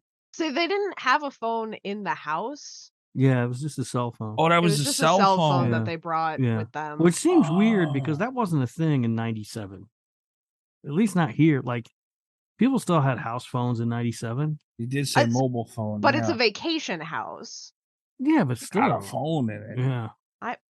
I don't know. Well, That might have seemed like the big brain move in 97 though, where it's like I'll only have to pay one phone bill. Yeah, because clearly if I that bring extra my cell 30 phone on vacation. that extra $30 a month was going to kill that family. Yeah, I mean, They need it for eggs. my mom and dad had like a little summer house. They had a phone. In fact, it had multiple phones. My mom took the phone from upstairs. It was wired and everything. Took the phone out and had my dad take the line out completely because of when a stranger calls. Seriously, That's amazing. She did not like that shit. I knew Mikey was from a rich family. Not at all. The house Fucking is- summer house and shit. Come I on. hated that damn house. I will say my extended family, they didn't have I don't think it was their house, but they like split a vacation home with someone and I got to go like one time and they did not have a phone. But then also it's one of those things where it's like, you know, landlines are less common now. So Yeah. I don't know if it didn't strike me as strange. Even if it was a cell phone, you would think, I don't know, that just bothered me. They should at least both have one. Nowadays, the kid would have one. I think my biggest point of, like, the biggest suspension of disbelief for me was not with the only having one phone, with it being a cell phone. My biggest problem was that the phone was working and dried out, but the contacts weren't working. Like, the numbers were working, but it hadn't loaded the speed dials or whatever. And I was like, is that how phones used to work? I don't think so. Know. I mean, in 97, maybe they didn't want to use the phone until after 9 p.m. when it was free. Remember that shit? Yeah. You had to wait until 9 o'clock. You had to buy minutes. Yeah. Holy shit. Yeah. You had to pay per minute, and that shit was expensive as hell. Unless you, 9 p.m. though, was free. Yeah. I remember that shit, man. I'll call you back in an hour. Yeah. I'm running out of minutes. I remember that shit. Yeah. When I got my first cell phone, I didn't quite understand, and I got a lot of trouble. Yeah. Damn, yeah, that's crazy. That's funny as hell. Minutes and get off the computer. I need to use the phone. Yep. Oh yeah. Yep. Kids don't understand. Cat, do you ever have dial-up, Cat? Hell no, Cat didn't have dial-up. No, my grandparents had dial-up though. Oh, okay. You experienced it. Like I've experienced the pain of dial-up, but I didn't live with that pain. Damn. Full time. This sucked. Dude, it wasn't even pain though at the time. I was so excited to have the damn internet at home that it didn't even seem like a big deal. To be fair, my grandparents were like, they were really late coming around on any kind of internet, so it was also kind of exciting to have the internet out there, because I just never thought it was going to happen. Like, I'm going to be spending summers out here doing jigsaw puzzles for the rest of my life.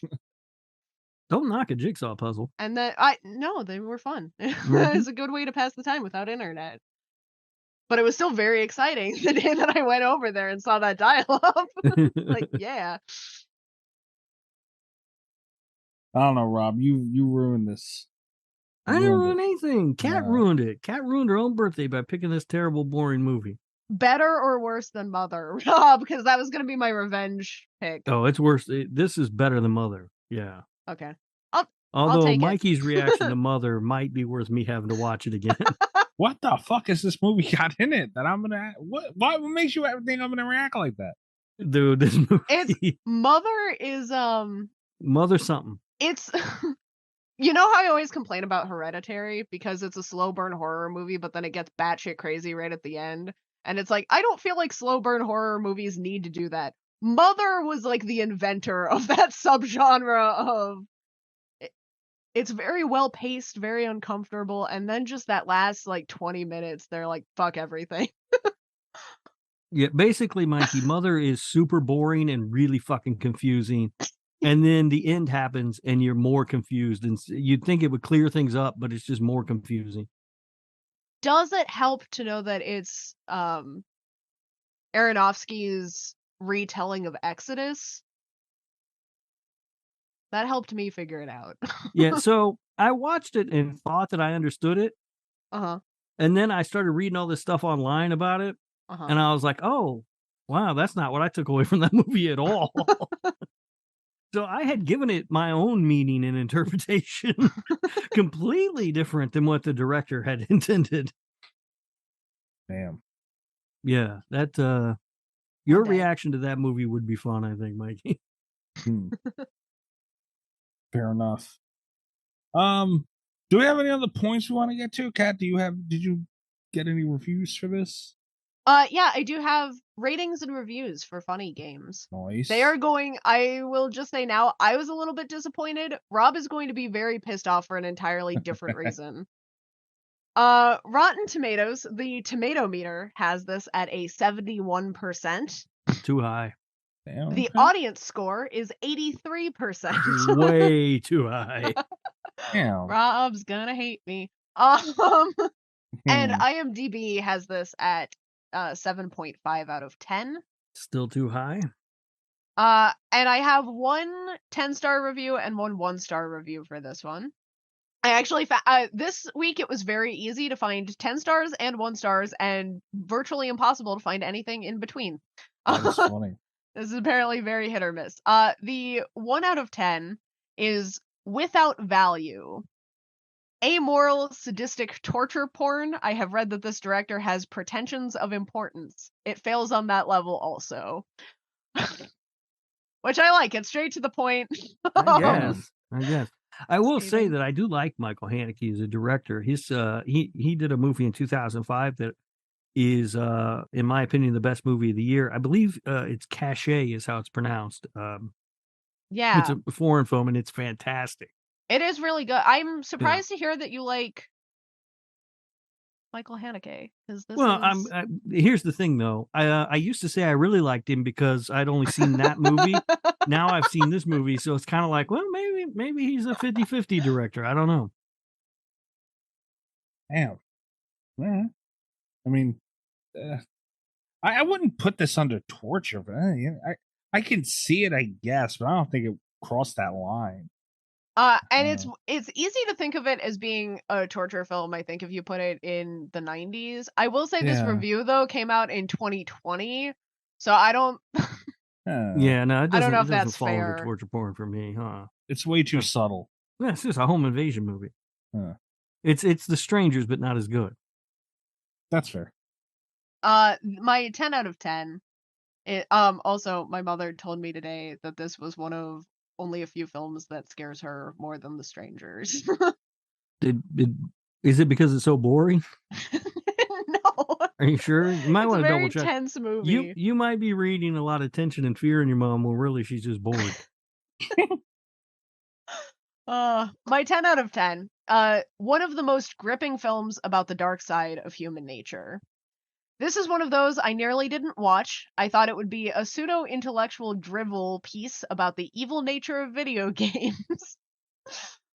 What? Which I just wanted to pause and let that part of the review land because it's in parentheses, but very important. I'm glad I got over myself and finally did watch it. What an amazingly done film. I've never seen such great acting in a German language movie.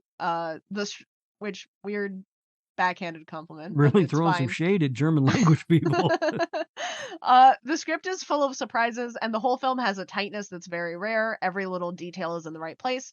Michael Haneke always likes to challenge his audience, but even among his more controversial films, Funny Games stands out.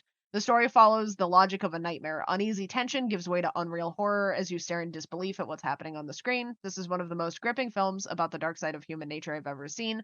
Pure cinematic entertainment, and yet it goes beyond that and stays with you a long time after you finish watching. An absolute masterpiece, 10 stars out of 10. All right. I fell asleep twice. Yeah, I don't understand you. All right. I mean, I wouldn't give it a 10 out of 10, but I agree with this one much more than the other one. Yeah, yeah. The other one I thought was really mean, and then Rob started talking and he fell asleep. Yeah, I was bored. So, director Michael Haneke, according to him, the star of the film, Susan Lothar, I don't know how the fuck you say her name, would often have to force herself to cry for nearly 20 minutes before takes. And he said the scene in which she's forced to pray required 28 takes, and she was tremendously drained from the entire ordeal, and the weakened reaction was exactly what he wanted for the scene. That's kind of cool. Yeah, just being mean to that woman, apparently. I don't know. It's sad, but, she did a phenomenal job. When the film was screened at Cannes in 1997, it shocked the audience badly enough that many viewers, including some film critics, walked out of the screening. Again, were shocked or maybe bored. Who knows? Stop it. Who's to say? You're the only person that would be bored during Funny Games. Or Greg. Or Greg. He was bored during Terrifier too. Kat mentioned this earlier, but Michael Haneke wanted the movie to make it the movie in the United States, complete with an American cast and crew. The film was meant to be a commentary on the sensationalism and desensitization, Jesus Christ, of violence in American media. How's that Diet Pepsi treating you? Yeah, budget constraints forced him to keep production in Austria, though he was finally able to get an American remake in 2007 with Naomi Watts. I want to watch that soon. Was it good, Cat? Yeah, I like it. How boring? It's one of my is it, favorite would you say? remakes. Huh? How boring is it, would you say? I would not call it boring. That's funny. Paul and Peter have been compared by viewers to the mass shooting pair of Eric Hayes and Dylan Klebold, responsible for the Columbine High School massacre. However, that tragedy wouldn't happen for about 2 years after the film's release. That's fair. This was voted number 1 on Watch Mojo's list of top 10 horror movies that could actually happen. And the scene where Anna and George, whatever the fuck his name is, recover and free themselves after the criminals leave their house their house is the single take lasting over 10 minutes. Which I did not notice watching the film. So there you go. That's what I have in trivia for this one. Don't sound too happy about it. Damn. Fine. I mean, whatever. Trivia was about as interesting as the movie. Oh my god. You guys want to do port noise? I mean, I want to hear this. Sure. All right. Want me to go first? Go ahead. All right. I give this movie Funny Games 97. I give it a straight 7.5. What? I think it should be approved. There were things that I didn't like that we went over. The fucking remote scene was so stupid. It killed it all. I appreciate them wanting to give us, a Killer Wins movie. We've talked about that several times. That's what we want. I wish that's what Terrifier 2 gave us. I just didn't want it in this movie because I wanted that white short wearing little prick to die more than anything that I've wanted in any movie. And if it can make me feel that, that's awesome. It took a hit in points because, that the remote thing, the couple things I didn't like, but for the most part, man, I mean, it was tension packed and it made me feel it and want it. So I'm putting it at Slasher Radio approval, even though I know Rob's gonna fuck that up. It's not gonna get Slasher Radio. There's no way. I think I could give it a 10, and it probably is not gonna get Slasher Radio. Probably not. So I will not be responsible for that. I will let Rob take fault for that. I appreciate that. There you go. Rob? Yeah, you want to go? Oh, yeah, I'll go. You're gonna be mad at me. For Funny Games, it does have some problems. You do have to suspend your disbelief in a few places. That being said, this is one of the tensest movies I think that I've ever seen. It's definitely the tensest movie that I've watched repeatedly. And I think about it a lot. I think about this movie all the time. I've brought it up several times on this podcast as a point of reference.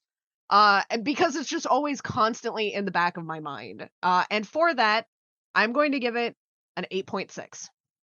Whoa. I told you. Wow. I also didn't hate the thing with the remote, which I think helps my score. It pissed me off the first time I saw it, but I think about it a lot in a positive way. Because the moment landed for me. I hated it because I wanted him to die and because it was just so dumb.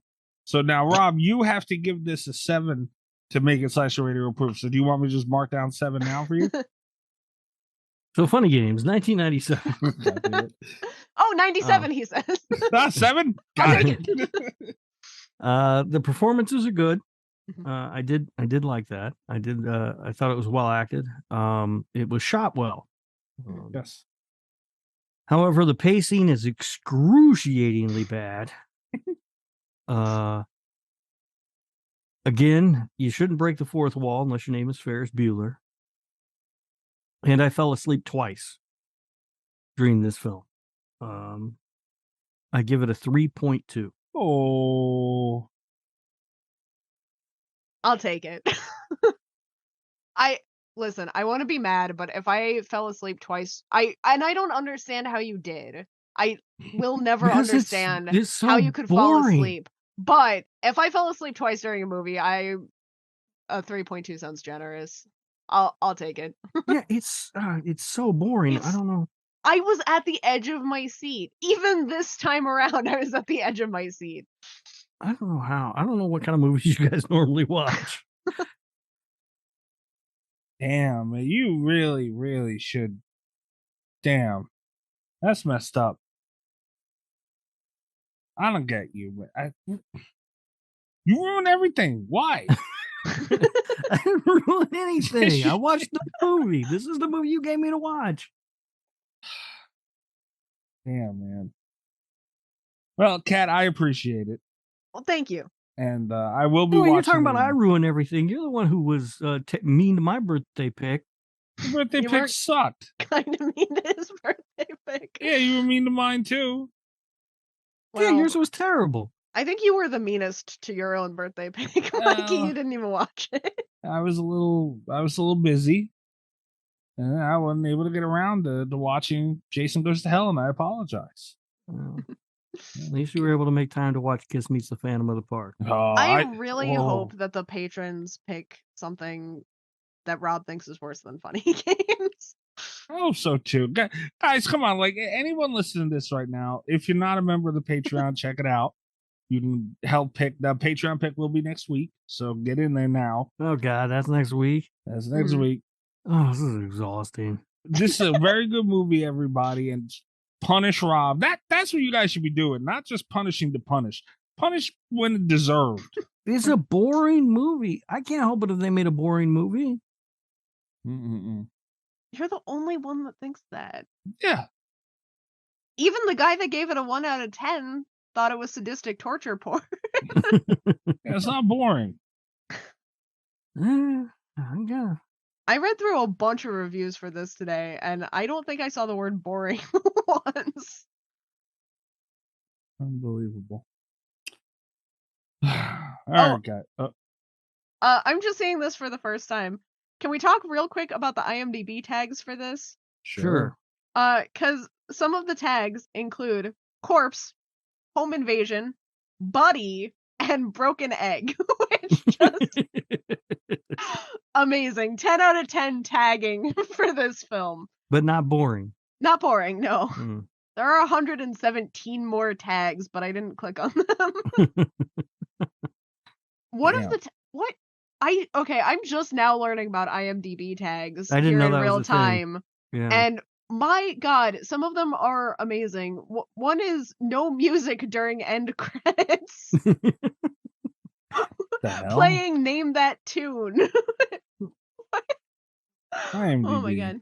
What the hell are you guys doing? I mean, that's Man handy if you're looking slaps for a man. if you're looking for Name That Tune movies, it comes in handy, I guess. Next week, I'm going to have a trivia game for you guys where I'm just going to read you IMDb tags and you have to tell me what movie it is. Wow.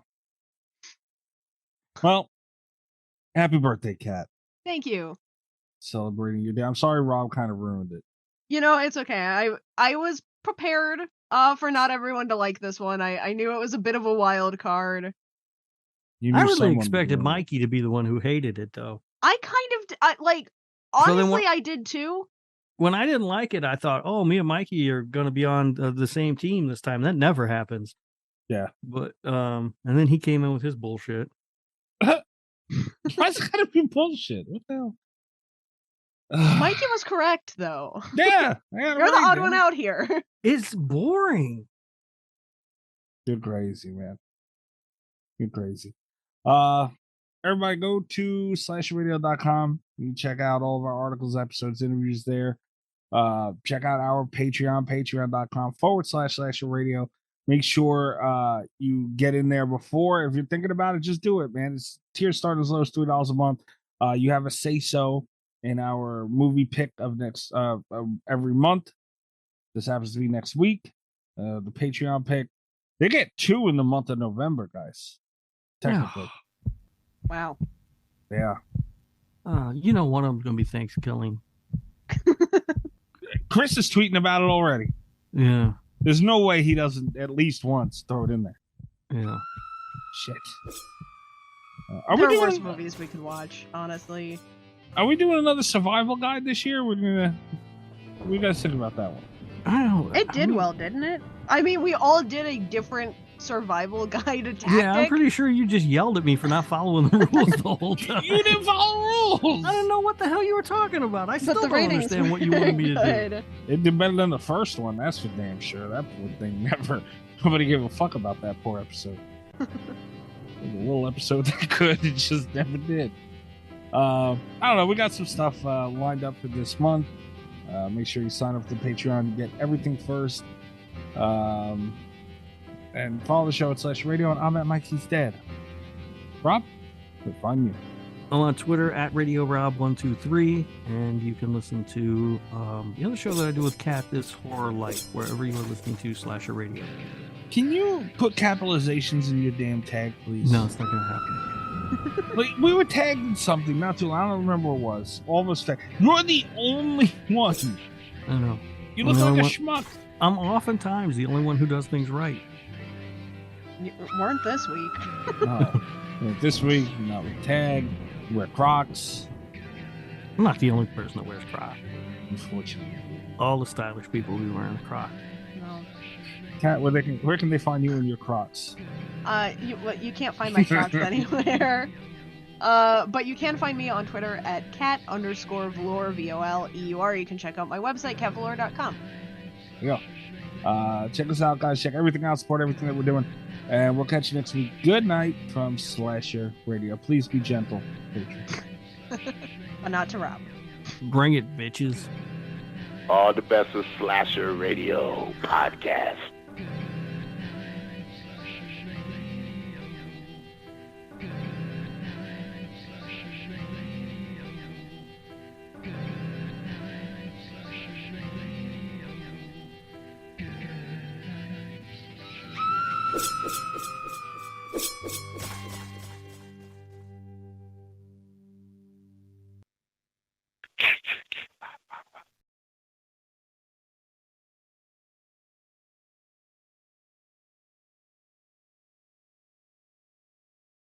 If you're a podcast host, listen up, this one's for you. My name is Allie Jackson. I'm the host of Finding Mr. Height, a dating and relationship podcast that I've been doing for 4 years now, sharing my positive and practical approach to dating that's built on my own life experience. And I wanted to share another experience that I've had, my secret behind monetizing my show. It's called Red Circle, and I was just telling my colleague about how much I love their platform. With Red Circle, not only am I getting a seamless hosting experience, but I also love the support I receive in ad sales. It's not just typical ad sales either. It's targeted opportunities based on my show and my life. And the platform is super simple. You just set your preferences and Red Circle matches you with sponsors that align with your show. You can vet every opportunity and their platform gives you great analytics. More recently too, my Red Circle team has brought me opportunities outside of my podcast on social media to really augment the podcast partnerships, bring them full circle. I just can't recommend them enough. If you want to give it a try, go to redcircle.com to get your free trial. That's redcircle.com for a free trial.